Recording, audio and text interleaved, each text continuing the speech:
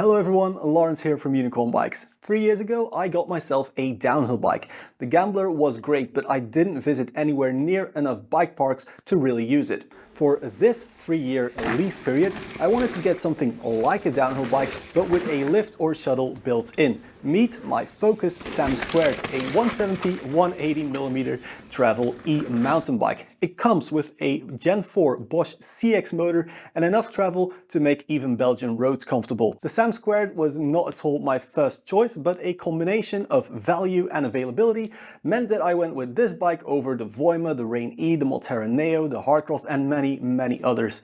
My experience with this bike has been a little bit all over the place, so I'd really appreciate it if you watch the whole video. There will be some ranting, there will also be a lot of positives. That said, let's dive in. I have the 2023 Focus Sam² 6.8. Yes, the 6.9 would be a lot nicer, but budgets are what they are. At 7 grand, the 6.8 is somehow a great value bike. It's got a full aluminium 170mm travel frame, a massive 750 watt-hour battery, and the Gen 4 Bosch CX motor. Suspension is a RockShox Super Deluxe Coil Select, and the size large comes with a 500-pound spring.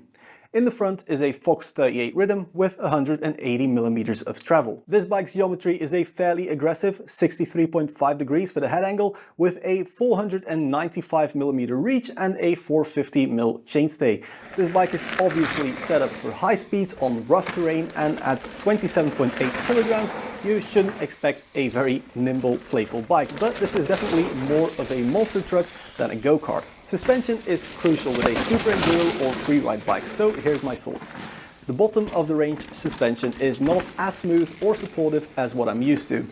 The heavy weight of the bike can mask the lack of smoothness over chattery terrain, but where you really notice its shortcomings are in compressions and berms. The bike goes too deep in the rear travel, making the front rather light and inaccurate. The Select Shock doesn't come with compression damping adjustment, only rebound, and you can compensate by going with a heavier spring, but then you sacrifice too many other aspects. That said, I weigh 100 kilograms, and while my sag is bang on 25%, I suspect lighter riders will have less trouble with the lack of compression damping on this bike. The Fox 38 rhythm in the front does have adjustable compression and rebound damping, and after a few rides I got it more or less the way I want it to be. It's plenty supportive without being too harsh on small bumps, and sure, I'd like a more high-end damper in there, but I feel like this is good enough for most riders. This brings me to the second most important part, the brakes.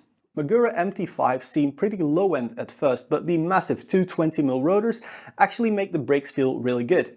Big heavy me finds them plenty powerful, and modulation is fine as well. They're easy to bleed and find parts for, so maintenance is a breeze.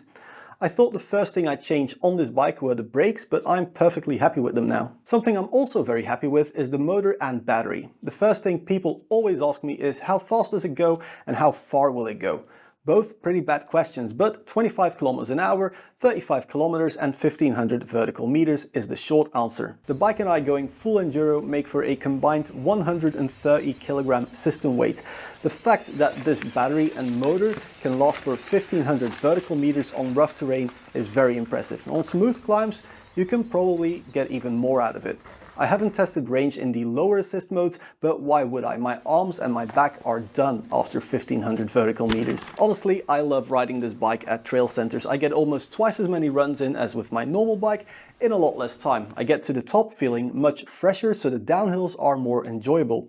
I can absolutely destroy myself going down, knowing that the climb is just a smooth 5-minute pedal instead of a 10-minute climb from hell. That said, I am slower on those descents, mostly because more weight means longer braking zones, and the rear wheel tends to skid a little bit more than I'd like. I've tried going with a faster rebound to force it down quicker, but at a certain point it's just physics and there's more energy in the bike than there's grip. Talking about grip, what on earth was Focus thinking when they spec'd these tires? DHR2s front and rear, I don't mind them being 2.6 wide, but EXO Plus casings on a 27 kg enduro bike. Have they lost their minds? Not only is the puncture protection lacking, but the sidewalls are so flimsy and unsupportive that you need to run higher pressures, which then leads to, well, less grip. Changing to enduro casing crypto tolls changed the ride so much it felt like a whole new bike. Ideally, I'd even put DH casing crypto tolls on, but good luck finding any of those in stock.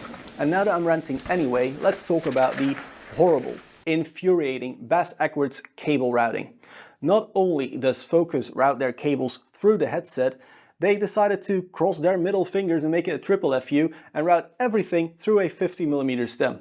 This means a stem swap now requires you to cut the brake hoses and undo your inner shifter cable, and if you're unlucky you even get to swap out your inner cable for your dropper post. It's baffling how dumb of a choice this is. Elon said cis is a slur on Twitter, and with stems like this I can't blame him. But this isn't the only bad thing. The Acros headset is plastic. You get plastic cups and a plastic top cap. The bike is so heavy that the bearings slide out of their cups when the top cap isn't tightened. Why are they so desperate to save money on something that costs bike shops or consumers so much more time? That said, after spending 4 hours swapping to a 40mm stem and removing that TV from my handlebars, the bike was amazing to ride. The balance is good, the suspension linkage is simple but great, and I always ended my rides with a massive grin. It almost feels like when you were a kid and you got away with doing a naughty thing. The bike is an absolute rocket ship if the corners aren't too tight, and if they are, the motor gets you back up to speed in no time. The motor also has some plastic protection around it. Cue my next rant. There's a plastic door that covers the battery and the motor, but this cover is incredibly weak and prone to breaking. If you look at Focus's sponsored riders on socials, they even ride without this cover. Mine fell off landing a tiny jump, and it also fell off riding some chunk. I also noticed the back of the cover cracked. Overall, it's a horrible design.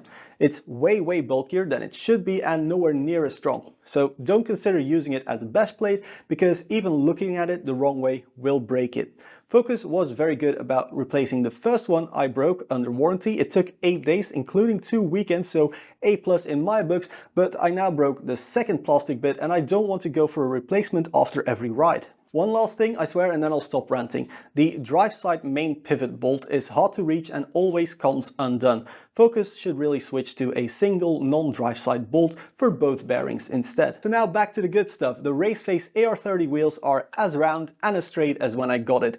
Going tubeless was, oh wait, no, another rant, sorry about that guys. The bike came with inner tubes, and that's okay. The bike shop even gave me tubeless valves for free. I really appreciate that. But the pre-installed tubeless tape had holes and cuts in it, so I had to retape both wheels. I'm not sure if Focus or Raceface is to blame here, but it did piss me off a little.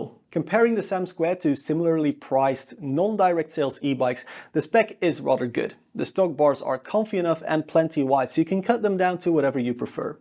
The Shimano XT derailleur is the best value mech out there. It's reliable, smooth, accurate, and the Deore cassette and chain are good enough but a little on the heavy side. These are great items to upgrade once they wear out.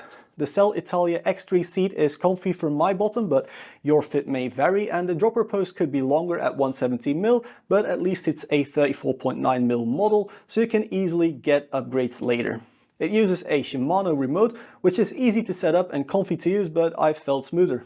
The single clamp for the brakes and the shifters looks very tidy. The grips are okay, but I did swap them anyway. Overall, it's very good spec for a bike at this price point, sadly. So this bike is great from a rider's perspective as long as your local bike shop doesn't have long waiting times.